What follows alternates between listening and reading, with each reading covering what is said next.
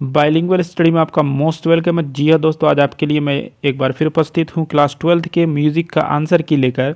Bihar board द्वारा जो जारी 2021 का मॉडल सेट है ये, ठीक है। 2022 का मैंने ऑलरेडी डाल दिया है, बहुत सारे लोगों ने देखा। अगर आपने नहीं देखा है तो डिस्क्रिप्शन में लिंक है, जा करके देख लें। उसके साथ साथ सेंट्रल एग्ज़ाम का आंसर की 2020 और 2019 के आंसर का क्वेश्चन एग्ज़ाम का आंसर की आपने नहीं देखा है तो उसको भी देख सकते हैं। सब वीडियो को अगर आप देख लेते हैं तो आपका 35 से 35 ऑब्जेक्टिव सही होगा। और प्रैक्टिकल मिला करके साथ साथ में थ्योरी जो होता है वो म्यूज़िक का इजी होता है ऑब्जेक्टिव के मुकाबले, क्योंकि बहुत ज़्यादा डीपली ऑब्जेक्टिव पूछा जाता है थाट राग के अंदर से, ठीक है। उसके साथ साथ बहुत सारे गायक का घराना पूछा जाता है, तो इसलिए वीडियो को आप बार बार देखें। वीडियो पसंद आए तो लाइक कमेंट और शेयर करना ना भूलें। साथ में चैनल में नए हैं तो चैनल को सब्सक्राइब कर लें, ठीक है। 2022 का मैंने ऑलरेडी मॉडल सेट डाल दिया, या 2021 का मॉडल सेट है। और बहुत सारा क्वेश्चन यहाँ से पूछा जा रहा है 2021 के मॉडल सेट से, जो एग्ज़ाम अब तक आपका हुआ उसमें ये देखा गया है। तो चलिए पहला क्वेश्चन देखते हैं क्या कह रहा है। पहले क्वेश्चन में यहाँ पर जो आपको स्क्रीन में दिख रहा है, राग की कितनी जातियाँ होती हैं। तो राग की जो मुख्य जातियाँ होती हैं वो 3 होती हैं। आपको पता ही होगा, आड़व या औड़व, षाड़व, संपूर्ण, यानी 5 स्वर वाले जाति को औड़व कहा जाता है, 6 स्वर वाले को षाड़व और 7 स्वर वाले को संपूर्ण। नेक्स्ट क्वेश्चन कह रहा है, ताल कहरवा में कितनी मात्राएं लगती है। तो मैंने एक ट्रिक बताया था कि आप दारुक याद रखिए, शाहरुख का भाई दारुक। तो दारुक में दा से दादरा, रू से रूपक और क से कहरवा। तो यहाँ दादरा में 6, रूपक में 7, कहरवा में 8 मात्रा लगता है। तो यहाँ पूछ रहा है आपका कहरवा, तो क्या हो गया है आंसर आपका ऑप्शन डी जो है बिल्कुल सही हो गया। नेक्स्ट क्वेश्चन देखते हैं, पंडित ओंकार नाथ ठाकुर किस विद्या के लिए जाने जाते हैं। तो पंडित ओंकार नाथ ठाकुर क्या है, ये गायक हैं, तो गायन विद्या के लिए जाने जाते हैं। अगला कौन सा राग प्रातःकाल में गाया जाता है। तो प्रातःकाल में गाया जाने वाला राग यहाँ पर है राग आपका भैरव, ऑप्शन डी जो है ये बिल्कुल सही है। 4 ताल में कितने विभाग होते हैं। तो 4 ताल में जैसा कि आपको पता ही होगा कि 4 विभाग होते हैं, ऑप्शन जो है बी, बार बार क्वेश्चन पूछा जाता है ये। अगला है सम किसे कहते हैं। 6 नंबर क्वेश्चन में सम किसे कहते हैं, ठीक है। तो सम क्या है, ताल की प्रथम मात्रा को सम कहा जाता है, जिसको एक से या एक से डिनोट किया जाता है, आपको पता ही होगा ए, ठीक है। राग विहाग किस थाट का राग है। तो राग विहाग आपका कल्याण थाट का राग है, ठीक है। ऑप्शन डी यहाँ बिल्कुल सही है। ध्वनि कैसे उत्पन्न होता है। तो कंपन से उत्पन्न होता है, ऑप्शन सी जो है ये आपका बिल्कुल सही है। वीडियो को लाइक कर दें, चैनल में नए हैं तो चैनल को सब्सक्राइब कर दें। अगर आपने पहले वीडियो नहीं देखा तो उसको भी जा करके देख लें। संगीत की कितनी पद्धतियाँ प्रचलित है। संगीत की 2 पद्धतियाँ हैं, एक शास्त्रीय संगीत, दूसरा लोक संगीत। तो ऑप्शन ए जो है आपका बिल्कुल सही है। विदुषी गिरिजा देवी किस घराने की गायिका थी। तो ये किस घराने की थी, बनारस घराने की। हालांकि लखनऊ होना चाहिए, लखनऊ नहीं है तो बनारस, ये सही है यहाँ पर आंसर। किस राग में रे ग ध नी कोमल लगता है। तो रे ग ध नी तीनों कोमल पूछ रहा है, तो आपका हो जाएगा राग भैरवी, यानी ऑप्शन सी जो है आपका ये बिल्कुल सही है। अगला क्वेश्चन देखते हैं, अमीर खुसरो का जन्म कहाँ हुआ था। तो अमीर खुसरो का जन्म जो है फरीदकोट उत्तर प्रदेश में हुआ था, ये ऑप्शन जो है आपका ए बिल्कुल सही है। अगला क्वेश्चन देखते हैं, पंडित विष्णु नारायण भातखंडे का जन्म कहाँ हुआ था। पंडित विष्णु नारायण भातखंडे का जन्म मुंबई महाराष्ट्र में हुआ था। कब हुआ था कमेंट करके ज़रूर बताएं आप लोग।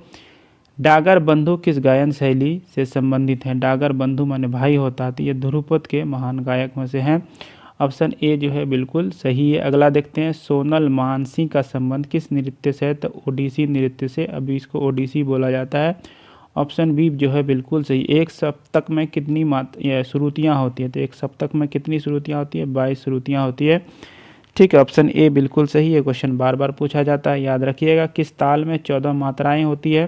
तो धमार ताल में आपको 14 मात्राएं होती है, ऑप्शन सी जो है ये बिल्कुल यहाँ पर सही है। नेक्स्ट क्वेश्चन देखते हैं, राग हमीर किस थाट के अंतर्गत आता है। तो राग हमीर जो है कल्याण थाट के अंतर्गत आता है, ऑप्शन ए जो है यहाँ बिल्कुल सही है। पंडित निखिल बनर्जी कौन सा वाद्य यंत्र बजाते थे। तो ये बजाते थे आपके सितार बजाते, तो ऑप्शन बी जो है ये आपका बिल्कुल सही है। अगला, रूपक ताल का खाली किस मात्रा पे होता था। रूपक ताल, ठीक है, 7 मात्राओं का ताल है, इसका खाली और सम दोनों एक ही मात्रा पर होता है, याद रखिएगा पहली मात्रा पर, ऑप्शन ए जो है बिल्कुल सही है। राग विभाग का वादी स्वर क्या है? तो राग विभाग का वादी स्वर आपका ग है, यानी गंधार है।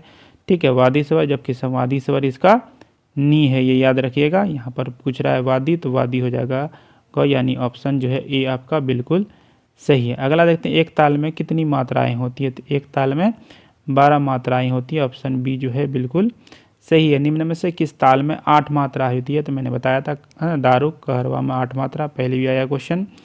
उल्टा दिया गया है, ध्रुपद में किस ताल का प्रयोग होता है? तो ध्रुपद में चौताल का प्रयोग होता है, आप लोगों ने पढ़ा होगा। ध्रुपद में चौताल। हिंदुस्तानी संगीत में कितने थाट मान्य हैं? तो कितने थाट जो है, ये 10 थाट हैं। थाट तो बहुत सारे हैं, लेकिन 10 थाट जो है हिंदुस्तानी संगीत में है या मान्य है। ठीक है, अगला है, निम्नलिखित रागों में से किस में दोनों मध्यम लगते हैं? तो राग केदार में दोनों मध्यम लगते हैं, यानी तीव्र मध्यम और जो आपका शुद्ध मध्यम। पखावज वाद्य कौन सी श्रेणी में आता है? तो ये जिसमें पीट करके बजाया जाता है उसको हम लोग अवनद वाद्य कहते हैं, ऑप्शन बी बिल्कुल सही है। वीडियो को लाइक कर दें, शेयर करें अपने दोस्तों के साथ, और चैनल में नए हैं तो चैनल को सब्सक्राइब कर दें। पंडित विश्वमोहन भट्ट कौन सा वाद्य बजाते थे? ठीक है, तो ये बजाते थे सितार और वीणा का मिला जुला, तो इस वजह से सितार यानी गिटार, ऑप्शन जो है यहाँ सी बिल्कुल सही हो जाएगा। राग भैरव का वादी स्वर क्या है? तो वादी स्वर राग भैरव का ध दैवत होता है, जबकि संवादी स्वर रे ऋषभ होता है। राग भीमपलासी किस थाट का राग है? तो भीमपलासी जो ये काफ़ी थाट का राग है, ऑप्शन सी बिल्कुल सही है। नेक्स्ट क्वेश्चन देखते हैं, संगीत में वर्ण कितने होते हैं? तो यहाँ वर्ण के प्रकार पूछा गया है। वर्ण जो है संगीत में शुद्ध वर्ण 7 हैं, और आपका विकृत वर्ण जो है वो 5 है, तो कुल मिला के 12। लेकिन यहाँ पर पूछ रहा है वर्ण के प्रकार, तो वर्ण के 4 प्रकार हैं, आपने पढ़ा होगा, आरोह, अवरोह, संचारी, अस्थाई, तो ऑप्शन ए यहाँ सही हो जाएगा। अगला क्वेश्चन देखते हैं, पंडित कृष्ण राव किस घराने से आते हैं? तो ये ग्वालियर घराने से आते हैं, ऑप्शन बी जो है बिल्कुल सही है। अगला, संगीत रत्नाकर, ठीक है, संगीत रत्नाकर के लेखक कौन है? आप पहले बताया गया है, आप कमेंट करके ज़रूर बताएं। इसके प्रथम अध्याय को क्या कहा जाता है? स्वाध्याय कहा जाता है, लेकिन इसको थोड़ा सा अलग तरह से लिखा जाता है, यहाँ स्वाध्याय सीधा सीधी लिख दिया गया है, स्वर्गवाध्याय कहलाता है। राग तिलक कामोद का वादी स्वर क्या है? वादी स्वर पूछ रहा है, तो वादी स्वर जो है पौपंचम है इसका, जबकि संवादी स्वर ऋषभ है, ये याद रखिएगा। वादी स्वर यहाँ पूछा, तो आंसर क्या हो गया आपका? पौपंचम। अगला, राग मालकोंस की में वर्जित स्वर क्या है? वर्जित स्वर वह स्वर जो स्वर किसी भी राग में मना होता है, रे प जो है इसमें वर्जित स्वर है, बी ऑप्शन सही है। राग तिलंग किस थाट का राग है? तिलंग, ठीक है, नया दिखने में लग रहा होगा आपको। तिलंग का जो है ये खमास थाट का राग है, ऑप्शन बी जो है उनका बिल्कुल सही है। ताल की उत्पत्ति कैसे हुई? ताल की उत्पत्ति कैसे हुई? तालियों से हुई, ऑप्शन जो है सी बिल्कुल सही है।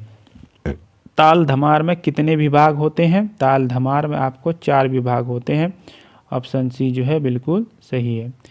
पंडित विष्णु दिगंबर पुरस्कार किस लिए जाने जाते हैं? तो ये गायक हैं, उसके साथ साथ संगीत प्रचारक, ऑप्शन ए यहाँ पर सही हो जाएगा।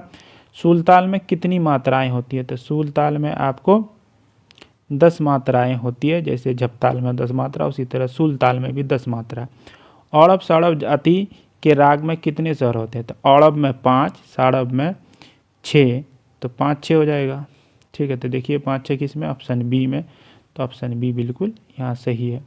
उस्ताद अली अकबर का संबंध किस वाद्य यंत्र से है? तो इसका वाद्य यंत्र जो है ये सरोद वाद्य यंत्र से है, ऑप्शन सी जो है बिल्कुल सही है। आड़ा चार ताल में कितनी मात्राएं होती हैं? तो आड़ा चार ताल में 14 मात्राएं होती हैं, ऑप्शन डी जो है ये बिल्कुल आपका सही है। राग केदार की जाति क्या है? राग केदार की जाति औड़व संपूर्ण है, ऑप्शन ए यहाँ पर सही हो जाएगा।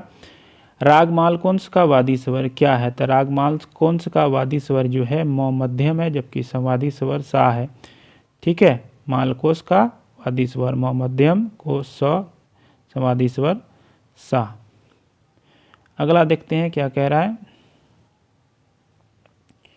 अगले क्वेश्चन में कह रहा है राग काफी का संवादी स्वर क्या है? तो काफी का संवादी स्वर होता है सा, षडज, और संवादी स्वर आपका इसका हो जाता है प, पंचम।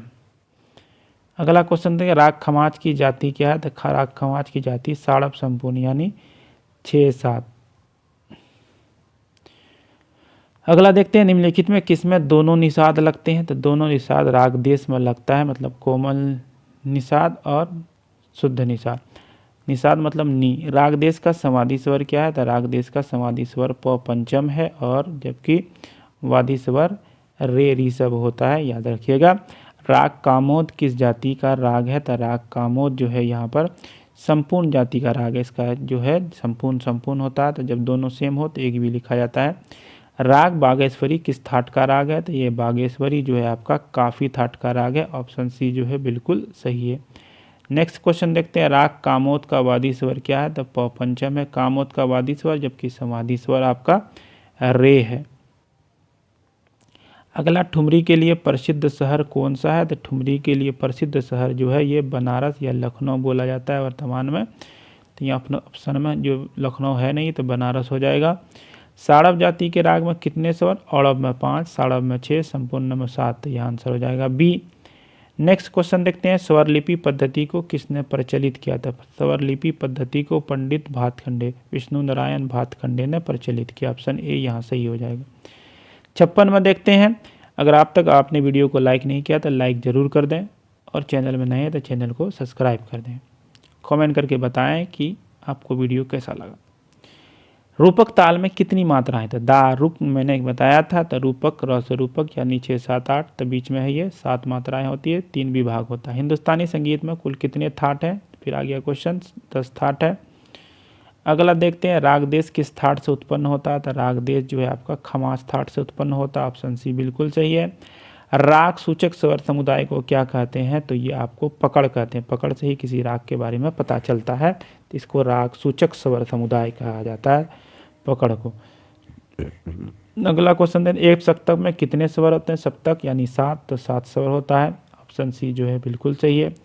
तानसेन ध्रुपद की किस वाणी के गायक थे? तो तानसेन जो है ये गौहर वाणी की, यहाँ नौहर लिखा गया या गौड़ लिखा है, गौहर वाणी याद रखिएगा, गौहर वाणी के, ठीक है। तो गौहर वाणी यहाँ गौड़ लिखा गया है। फैयाज खां किस घराने के थे? तो आगरा घराने के। ये क्वेश्चन भी बहुत फेमस है, बहुत ज़्यादा पूछा जाता है। राग भूपाली में कौन से 2 स्वर नहीं लगते हैं? तो जो 2 स्वर वर्जित स्वर होंगे वही नहीं लगते होंगे, तो मौनी इसमें वर्जित स्वर। ऑप्शन सी जो है बिल्कुल सही है। राग मालकोंस किस जाति का राग है? तो मालकोंस जो है ये औड़व जाति का, तो ऑप्शन ए जो है बिल्कुल सही है। मियाँ तानसेन किस राजा के दरबारी थे? तो अकबर के ये दरबारी थे। ऑप्शन बी जो है बिल्कुल सही है। आशावारी थाट के अंतर्गत कौन सा राग आता है? तो राग जौनपुरी जो है ये आशावारी राग का थाट का राग है, राग जौनपुरी। राग में नहीं लगने वाले स्वर को क्या कहते हैं? तो वर्जित स्वर कहते हैं। ऑप्शन सी जो है बिल्कुल सही है। 4 ताल में कितनी तालियां होती? तो 4 ताल में 4 ताली और 2 खाली होता है। ऑप्शन बी जो है यहाँ बिल्कुल सही है। 3 ताल में 3 ताली होता है, याद रखिएगा। रूपक ताल में कितने विभाग होते हैं? तो दारुक 7 मात्रा 3 विभाग, तो ऑप्शन बी जो है आपका बिल्कुल सही है। राग केदार किस थाट का राग है? ठीक है, राग केदार किस थाट का राग है? इसके चलिए मैं बता देता हूँ, कल्याण थाट का राग है। ठीक है, तो कमेंट करके बताएं आपको वीडियो कैसा लगा। वीडियो पसंद आया तो लाइक कमेंट शेयर करना ना भूलें। अगर आप वीडियो को पसंद करते हैं, लाइक कीजिए, शेयर कीजिए, तो मैं जो VPI आपका सब्जेक्टिव है उसका वीडियो डालूंगा। चलिए मिलते हैं आपसे अगली वीडियो में, तब तक के लिए धन्यवाद।